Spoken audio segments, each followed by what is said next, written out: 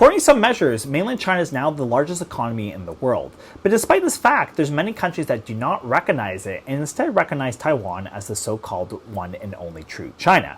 Today I want to talk about the 12 countries that recognize Taiwan, why they recognize it, often for interesting and unusual reasons, and what recognition might look like going forward.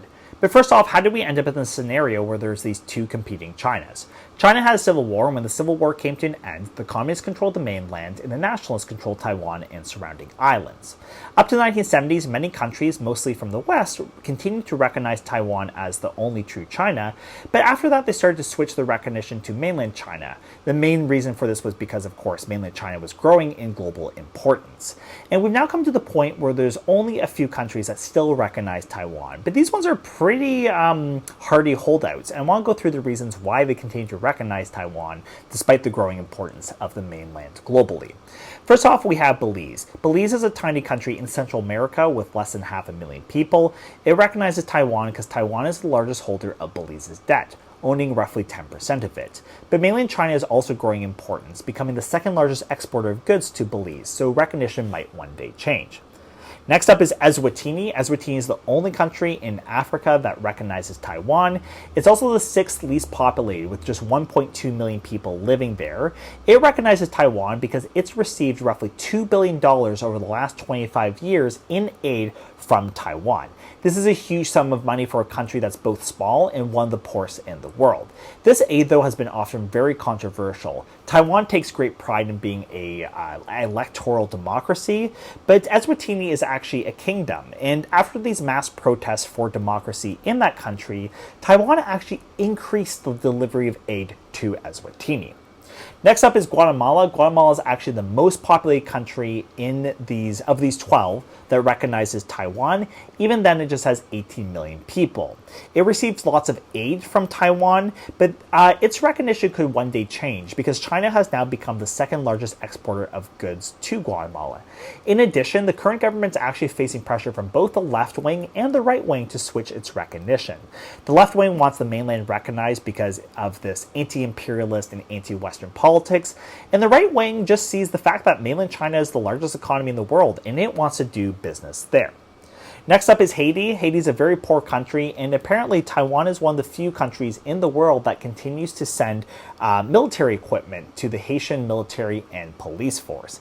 In addition, at least based on what I could find, Haiti actually does very little trade with mainland China, and for this reason, it sees no reason for switching its recognition, and instead recognizes Taiwan. Then we have the Holy See, often called the Vatican City. This is the smallest and least populated country in the world. It has roughly 900 to 1,000 people living there, and the whole country could actually fit into Central Park.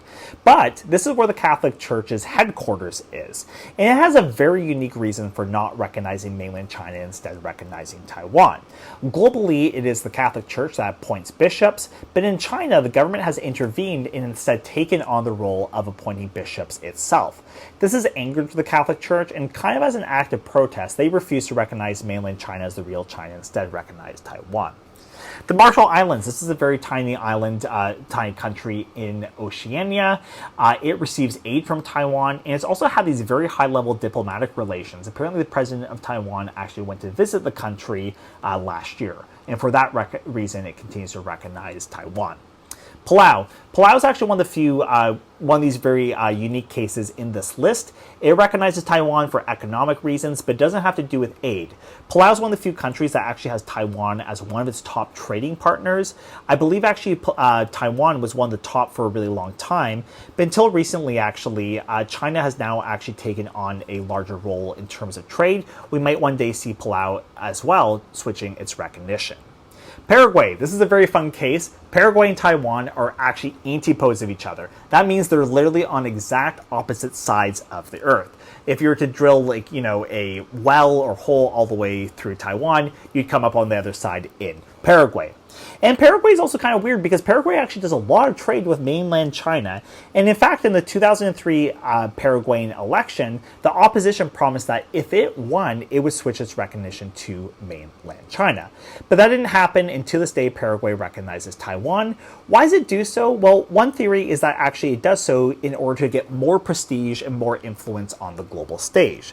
Pretty much Paraguay is a very tiny country. I believe it only has 8 million people. It's never in the news. It's never in, this sort of competition between different superpowers. But how it can get more influence is it often actually is a country that is advocating for Taiwan's interests in places like the United Nations as well as other forums. And in doing so, it comes to see itself as more important, and probably for that reason recognizes Taiwan. Next up is St. Kitts and Nevis. This is a small island country in the Caribbean. It works closely with Taiwan. It actually sent a record number of university students to Taiwan to get their education. That was a total of 25 students, which might not sound like lots, but this is a country with actually only 50,000 people.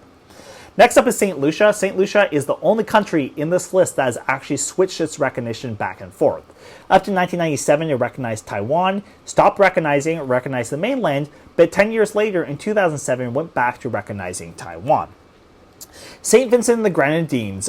This is, again, probably a case kind of like Paraguay, where it just wants more prestige on the global stage. This is a country with just 100,000 people, but because it recognizes Taiwan, it often advocates for Taiwan in global forums. And in fact, it did so, arguing that Taiwan should join the United Nations, I believe just last month, or a couple weeks ago, I should say. However, the opposition in St. Vincent and the Grenadines has said that if it were to win the election, it would switch recognition. Finally, the last on the list, this is Tuvalu. This is also the smallest economy in the world. Apparently has an economy of just $62 million. That's the whole size of it. Any multimillionaire could actually just probably buy this whole country if it wanted to. It nevertheless cooperates extensively with Taiwan. It has these labor cooperation agreements as well as fishing agreements, and often advocates for Taiwan on the global stage. Well, there we go. Those are the 12 countries that recognize Taiwan. I'm curious what you think. What country do you think will next drop its recognition and switch to mainland China? Do you think any countries going forward are going to switch back to recognizing Taiwan? I want to know what you think, and I want to know what you think about this whole recognition business and what it means to you. Thank you so much, and please like and share this video.